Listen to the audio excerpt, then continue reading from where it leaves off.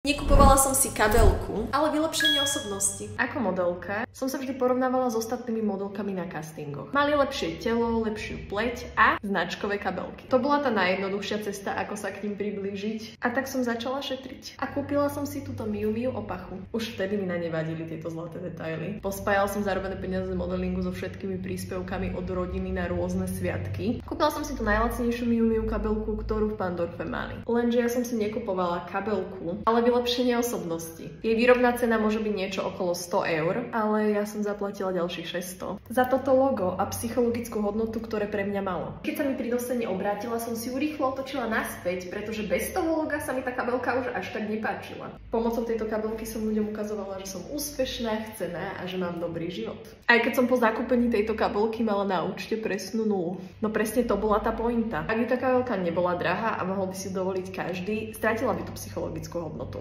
Už od začiatkov ľudskej spoločnosti sa aristokracia vymedzovala a iba oni mohli nosiť iné a luxusnejšie materiály ako bežní mešťania. Až neskôr som pochopila, že je nemožné sa nájsť pomocou vecí. Uspokojí to naše ego iba na chvíľu a potom musíme konzumovať znova. Vôbec nehovorím, že dizajnerské kúsky nemôžu byť pekné a robiť nám radosť. Ale keďže som si tieto okuliare pred 12 rokmi kúpila kvôli dizajnu a nie kvôli značke, nosím ich doteraz. Nepotrebujem ich fiktívne hodnoty na to, aby mi robili radosť.